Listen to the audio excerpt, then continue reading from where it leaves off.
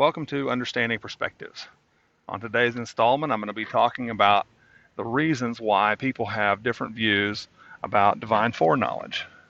In the last episode, I talked about 5 different ways of thinking about divine foreknowledge and kind of what the differences were, but I didn't get into why that people hold to these different views. So today, that's what I'm going to try and talk about.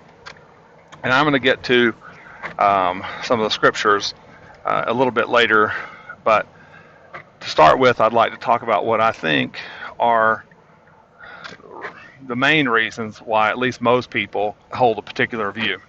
And this was the case with me, and so I'm going to use myself as an example. I grew up in a Christian home, and I was surrounded by people who were of good character, both in my immediate family and my extended family. And I knew that some of these people had studied the scriptures kind of a lot, and that they were serious about conforming their lives to the truth. And so even before I could have articulated all that, I think I intuitively trusted them and accepted their perspectives as my own without skepticism. So I think that even people who grow up in bad environments, that when they do encounter someone that they trust, who that they recognize has studied the scriptures and that have reasons that they can articulate why that they believe what they believe, or at least that they can articulate what they believe in a clear way, that a lot of people end up inheriting their beliefs or ways of thinking from others, that from their teachers and preachers and things like that, and people in their family. So I think that that's probably the biggest reason that people have a particular view about this subject, is that they inherited it. And that's not to say that's necessarily a bad thing, but it's not necessarily a good reason for holding to a particular view. In my case, I definitely changed my mind about what I think about this subject. And some of the people who are in my family agree with me about this, and some of them don't. And this was not something that I received direct teaching from people in my family about, but I did receive some direct teaching from other people at churches and at school. And my trust in them led me to accept their view as my own. And so I think this is one of the reasons why that James talks about in chapter 3, verse 1, I think it is, that not many of you should become teachers, because teachers will be judged more strictly than others. I'm paraphrasing there, but because teachers influence the lives of lots of other people, or at least potentially do, in ways that can be both beneficial or harmful, they have a stricter judgment that they're going to face. And so it's one of the reasons that I've taken this approach in sharing about these subjects, is that, I could be wrong about any number of things. I know too well that I feel like that I have been wrong about lots of things in the past, or at least I've changed my mind about a lot of different things. And so I don't want to get up here and say, okay, this is the truth, the whole truth, and nothing but the truth, because, I might change my mind next week about some of this kind of stuff. A lot of it I have studied at some length, and I think I understand what the issues are, but I don't want to be dogmatic and have somebody rely on me and put their trust in me, and therefore be led down a wrong path. So I'm trying to take the approach of sharing the range of things about what I know, and why that different people think like they think, so that I can objectively report to you what the evidence is, so that you can consider the evidence for yourself and look at the different ways that people have understood the data and come up with a conclusion that is hopefully right. And so the reason I mentioned this is that I want to encourage each person that's listening to this to humble themselves to the point where they can have an open mind to consider the possibility that you might be wrong about something. And not only to consider that you might be wrong about something, but to consider the possibility that maybe the very person that you've inherited your beliefs from, they might have also inherited their beliefs and accepted them uncritically. And one of the things that I have noticed is that people, when they're teaching, very rarely do what I'm trying to do right here. They'll share what their own view is, and I don't presume to know the reasons why that they don't share what the other alternatives are and why that they don't hold to these other views. I don't know what the reasons that people have for doing that is, but I suspect that sometimes it's the case that people just don't know enough about the other views to represent them effectively or even incorrectly, and that they just know what their own view is, and so they share their own view. And I guess that's okay, but I don't want to take that approach because it seems like a dangerous position to take in terms of my own judgment that I will face. Uh, I want to come out as good as possible when I'm judged, and so I want to present the evidence as fairly as I can so that I don't mislead anybody and possibly cause someone to reject God or fall into rebellion or whatever because they develop a wrong view of Him as a result of what I would want to teach. And so I want to be careful to not take a dogmatic approach about anything, and instead to give a just more of an informative sort of here's ways that people think about this, and consider for yourself what you should think. So I think that's probably, I think the fact that people inherit their views from others is probably the most common reason that people have differences about this subject of divine foreknowledge, and for most other subjects as well. But for this one, I think that's almost certainly the case because from what I can tell, a lot of people just don't know about what the other options really are and what the scriptures are that people who have really looked into this have cited as support for their own view. So I think that's the main reason that people have whatever view they have. But there also may be a good number of people who have the view that they do because it's what they like. And so they want to think that God is good, and so they ignore views that would impugn His character and just rule those out as possibilities right from the start because they have a trust in the goodness of God's character. And so there's probably some of that too. And on the other side of things, it may be that some people have a view of God's power and sovereignty that would lead them to take a more determinist view of divine foreknowledge. And their preconception about what God is like leads them to take that view. And however, these first two reasons, what other people have, what people have been, the beliefs that people have inherited from others, and the preferences that people have, these, I think, sometimes form a lens, if you will, of understanding. So that, and this definitely was the case with me when I was growing up, that, and even after I was an adult for a long time, because I thought I knew the answer to some of these questions and other stuff that I haven't even discussed on YouTube yet, but I thought I knew what was right. And so because I trusted in the opinions of the people that I had been taught by. And so when I went to the scriptures myself and would read, if I found something that didn't seem to fit what I thought I already knew and what I believed to be true, then I didn't question what I already thought I knew was right.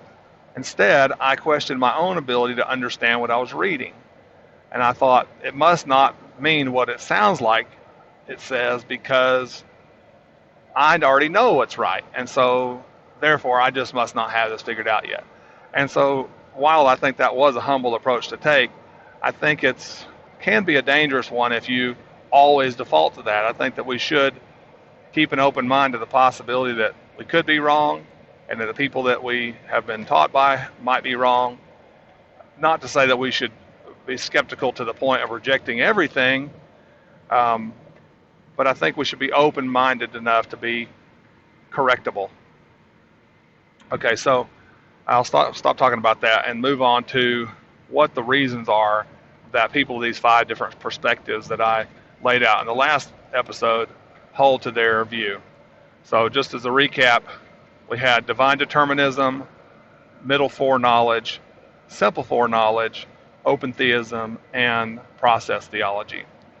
And so I'm going to loop process theology and open theism together in this session, because all the things that are going to apply to one in the scriptures will apply to the other that I'm aware of. And if there are scriptures that the process theology guys and the open theists would hold a different perspective on, I'm not really aware of that, because I think that as it pertains to this subject of divine foreknowledge, that they both want to say that the future is open.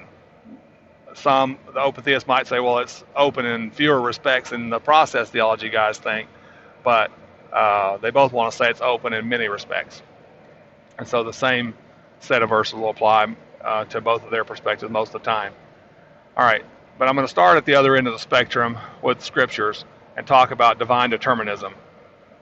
There's a lot of passages that you could cite for each of these views, but they all have kind of a common theme for each different view. And so start with Ephesians 1:11 for divine determinism. It says, "In him we have obtained an inheritance, having been predestined according to the purpose of him who works all things according to the purpose of his will." Okay, so the divine determinist will read a scripture like this, and they will see it as a controlling passage, one that will inform them about how that they should interpret other scriptures. And this is an important thing to talk about, and you'll often hear divine determinists talk about this particular subject. They will make a distinction between didactic texts and narrative or historical texts.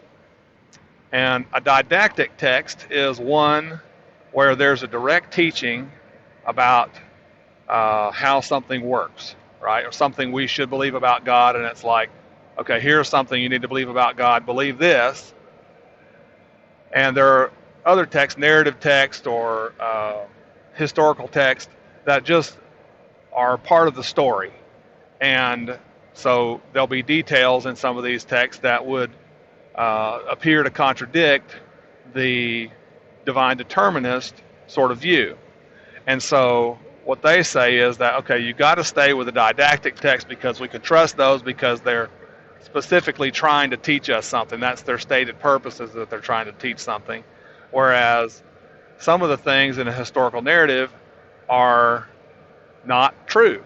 You know, not that they didn't happen, but there would be, for example, let's talk about just briefly the 3 friends of Job in the book of Job. Well, God reamed them out around chapter 43 or something like that about how that the things that they were saying were not right. Okay, so if you go back and you read throughout the earlier books, other chapters of the book, then you'll find statements that these guys were saying as part of this story that are inaccurate. But they're inaccurate in their representation of what God is like and how the universe works, but they're accurate in terms of representing what the view of these people were. So they say, well, you can't trust just these statements in the historical narrative to be reliable in terms of telling you what you should think about God because of the kind of context that they're found in. So you got to go to the didactic text and decide, okay, these are the things that we're going to have control the way that we understand other scriptures.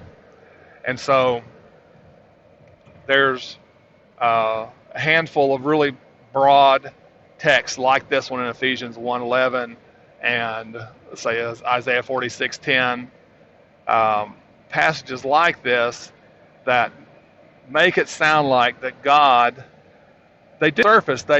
I could definitely see why people would read these and think that just means that God controls everything. While it doesn't explicitly state it in so many words, that's what a lot of people think that these passages are saying. And so they consider these to be the didactic texts that are teaching us what we're supposed to think, and that those therefore become the controlling ones that guide them in interpreting other passages. Other people don't necessarily disagree with this, but they don't always agree about what the didactic texts are, and they don't agree necessarily about the context of each historical narrative, where there would be something that indicates a feature of God or in the way that he thinks, or something about the narrative that indicates something about the nature of reality or how God chooses people and things like that. So, for example, the open theists and the process theology guys, they would want to cite Jeremiah 18. And I'm going to read verses 7 and 8 right here. It says, "If at any time I declare concerning a nation or a kingdom that I will pluck up and break down and destroy it, and if that nation concerning which I have spoken turns from its evil, I will relent of the disaster I intended to do to it." Okay, so the open theist and the process theology guys, they're going to say, well, this is a didactic text too. And this is actually God speaking to Jeremiah about the way that he's going to deal not only with Israel, but about any nation or kingdom. And that this is they'll say that he says, if at any time he declares this and they turn from their evil, that he will relent from the disaster that he really did intend to do to it. And so they'll say, look, God said he really did intend to bring disaster, and he really did change his mind and not do it when they turn from their evil. Or at least he's saying that when they do this, I will turn from the disaster I intended to bring, even though I really did intend to bring it. And so they think that this represents the idea that God really does change his mind sometimes, and that he's always open to doing that if people will repent. Similarly, the next couple verses say the opposite thing. If God's declared a blessing on a nation and they reject him, then he'll repent of or not bring the blessing he intended, and instead he'll bring judgment. And so so the open theists and the process theology guys say, look, this is a didactic text too. We can't just ignore this in favor of a particular understanding of passages like Ephesians 1:11 and Isaiah 46:10. Okay, let me move on from this for a second. I'm going to give you a passage that the simple foreknowledge people will quote.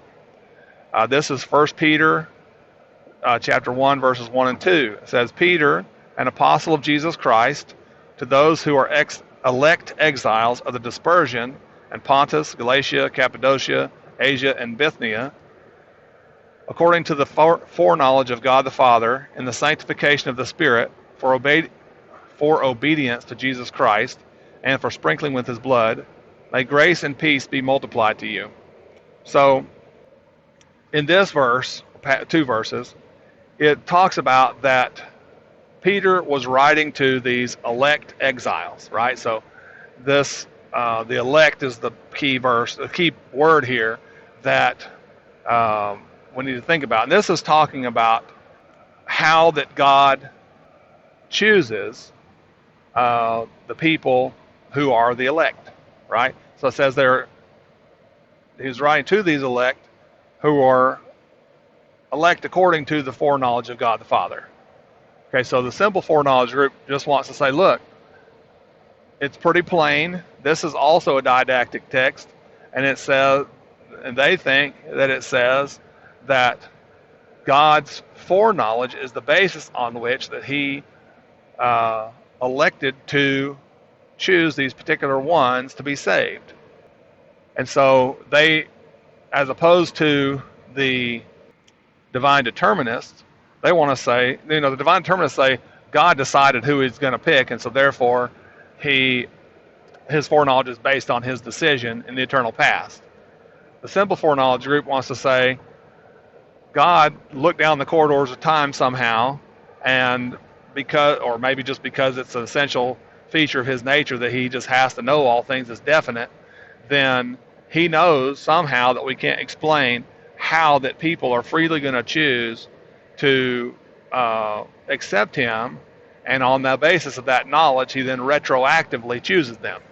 Okay, so that's kind of what they would say, and maybe someone would dispute part of that, but that's the kind of idea, and this is the sort of verse that they would cite for that. And this is, I think, the strongest one for that particular view. All right, now we're going to talk just briefly about the middle foreknowledge group. And this is, they base their theory about how that God's sovereignty and His election and His foreknowledge all fit together into, they consider this counterfactuals to be a really important piece of their view. And a counterfactual is something that is not true, but that would have been true in a different circumstance. So if you listen to the prior episode, then you can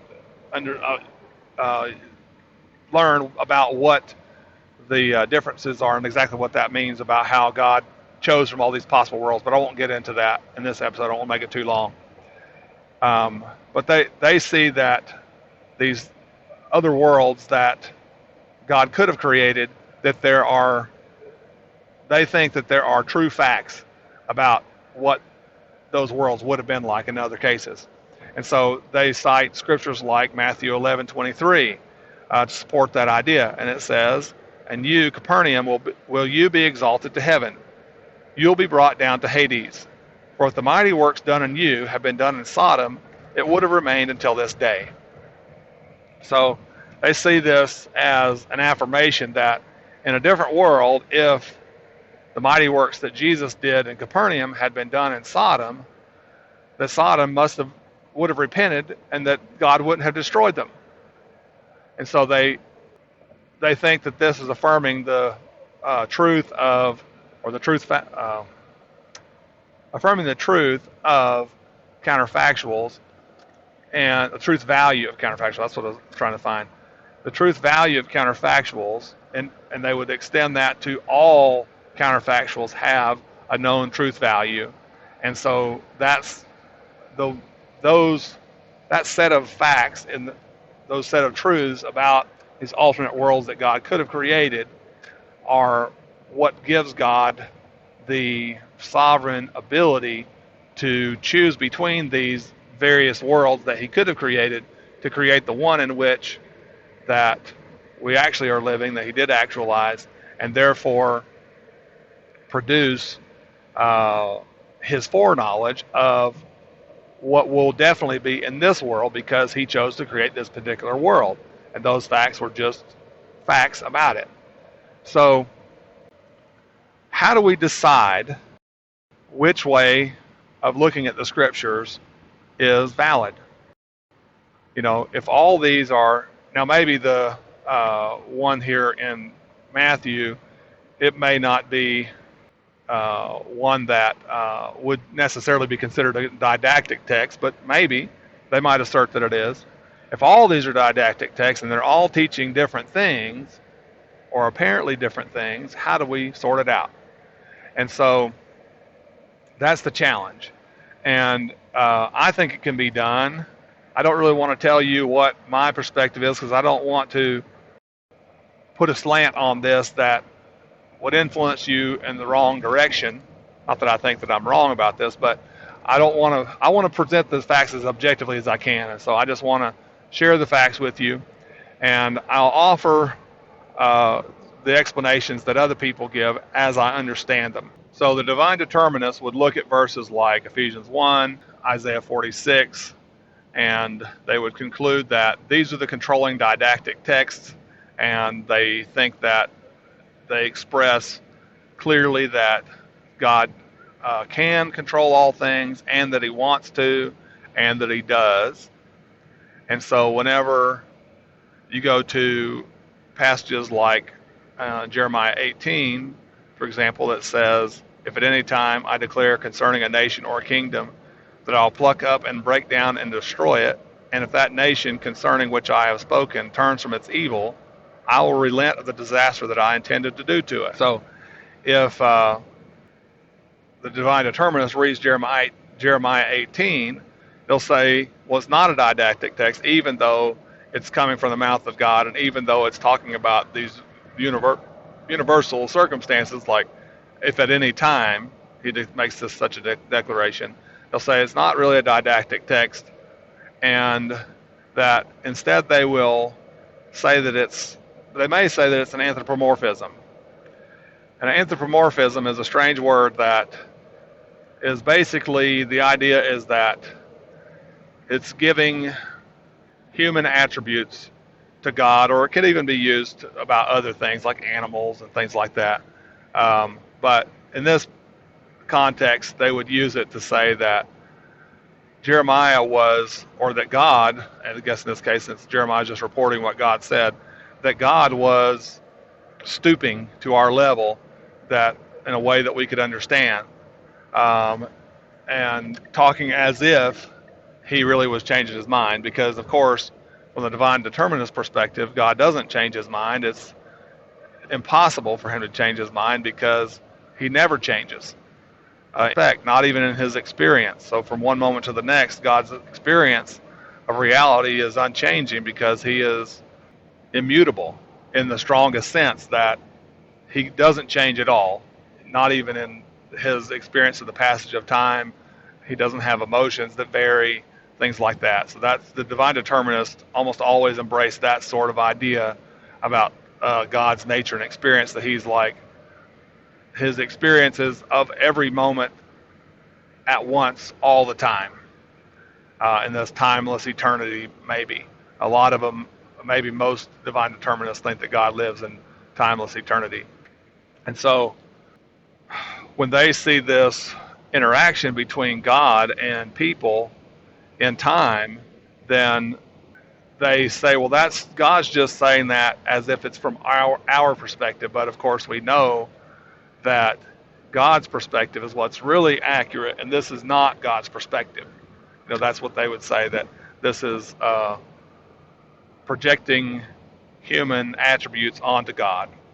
And then all the other passages that would, say something similar about God changing his mind, or being surprised, or having regrets, things like that, which there are lots of passages of that kind, then they would say the same thing, that those are no different than saying that God has feathers, because it talks about how he wants to gather his people under himself, like a chick gathers her hens, or like a hen gathers her chicks.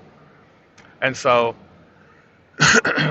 nobody really thinks that God is a bird, and that he has feathers and he's gathering people up underneath him. But it's some imagery that is used to express something true about God, that he's kind of like a mother hen, and that he wants to protect his chicks, right, his children. But they don't take it literally that he has feathers. And so they would say, okay, in a similar way, we can look at these passages and say, God doesn't really have this sort of experience, even though it sounds like it from the scriptures that he does, because they would say these are not the didactic texts. These are the historical narrative texts, even though it's God speaking. And so they have this peculiar way of dealing with these passages. Now, it's actually the middle foreknowledge and the simple foreknowledge group actually have to have kind of this same approach with regard to all these passages that talk about God changing his mind and anticipating possibilities, and talking about if and maybe and stuff like that about the future even from God's perspective, and testing people to know what they will do. They have to also say this because both the simple foreknowledge and the middle foreknowledge group views the future as exhaustively settled in every respect. And so if it's exhaustively settled, then these passages about, God changing his mind and having a willingness to do something different, they don't actually represent anything true about the world, because if they're right and the future is settled in every respect, then there is no such thing as a future possibility, and these alternatives that are apparently referred to in the text are just not part of reality. And so they have this similar problem. On the other end of the spectrum with the process theology guys and the open theists, they take a different slant on this, and they say, look, we're going to try to affirm everything that the text says explicitly and try not to infer things that aren't there. When they read passages like Ephesians 1:11 that says, in him we have obtained an inheritance, having been predestined according to the purpose of him who works all things according to the purpose of his will, they can say, yeah, God works all things according to his purpose. And he has predestined us who are in Christ to be conformed to the image of his Son. But this part about the purpose of him who works all things according to the purpose of his will, they would say something like, this verse doesn't tell us what God's purpose is. It doesn't tell us that it's God's purpose to control everything. And similarly, when they go to Isaiah 46 and they read that passage, which I don't have ready to quote for you, but they see that it only says that God can do whatever he wants to do, whatever he desires to do. But it doesn't tell us, explicitly at least, that it is God's desire to determine everything in advance. It doesn't explicitly say that, either there or anywhere else so far as they can see. And so they think that the idea that God is going to determine whatever he wants is right, that he will determine, he has purposes, and he will accomplish them, whatever they are. But they do not assume that it is God's purpose to control everything. Whereas the divine determinist does think it's God's purpose to control everything. And whereas now in this respect, the simple foreknowledge would not be on the side of the divine determinists here, because they don't want to say that it was God's purpose to decide everything. They just want to say that they want to attribute a lot to the will of humans and angels and maybe even animals.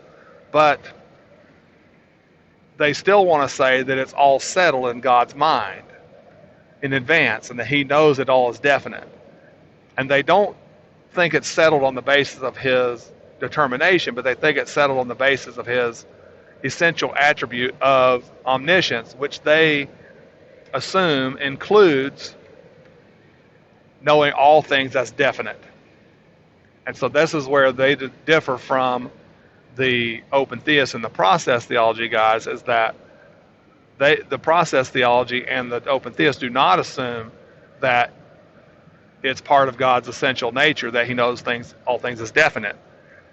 Even though the majority of these people would say that God is omniscient, they affirm that God can be omniscient and know what all the possibilities are and accurately know what's real at the same time. So to say that if the possibilities in the future are real, and it's really real that people or angels or even animals or even lesser beings, bacteria and viruses and things like that, if whatever these entities have a level of autonomy that God has given to them, then if that is real and they can really resolve between real alternatives, then until it is the case that those have either been resolved in actuality or by the solidification of their character or other factors that we maybe haven't considered, until those facts are actual facts of what will happen, As long as they are still possibilities, then God would know them as possibilities because he knows all reality accurately. So, and I used the example before that God doesn't know that there's a unicorn sitting in my lap right now, precisely because if he knew that, that would be a false belief. And God only has true beliefs, so he would not believe something that is false. So if it's false that there is a unicorn sitting in my lap, then he wouldn't believe that. He wouldn't know that that was true. Similarly, if the future is full of real possibilities that might or might not happen, God would not know that those things were certain, because that would also be false, that they would be certain if they're in fact still uncertain. And so this distinction is specific between God's essential nature and the reality. That's the disagreement among the open theist, the process theology, and the simple foreknowledge, and I guess also the middle foreknowledge.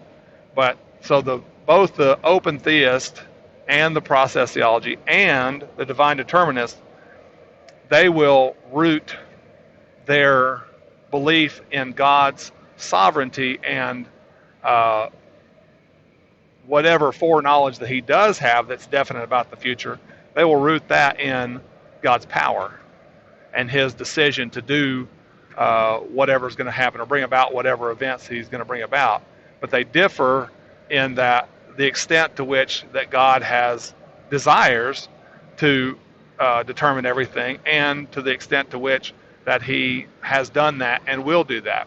The open theist and the process theology guys, they think that there's a whole set of didactic texts. They would say that all these that I've read, that they're all didactic texts and they're all teaching something that is true about God, but that the other groups have inferred things into the text that they consider to be controlling that are actually not there.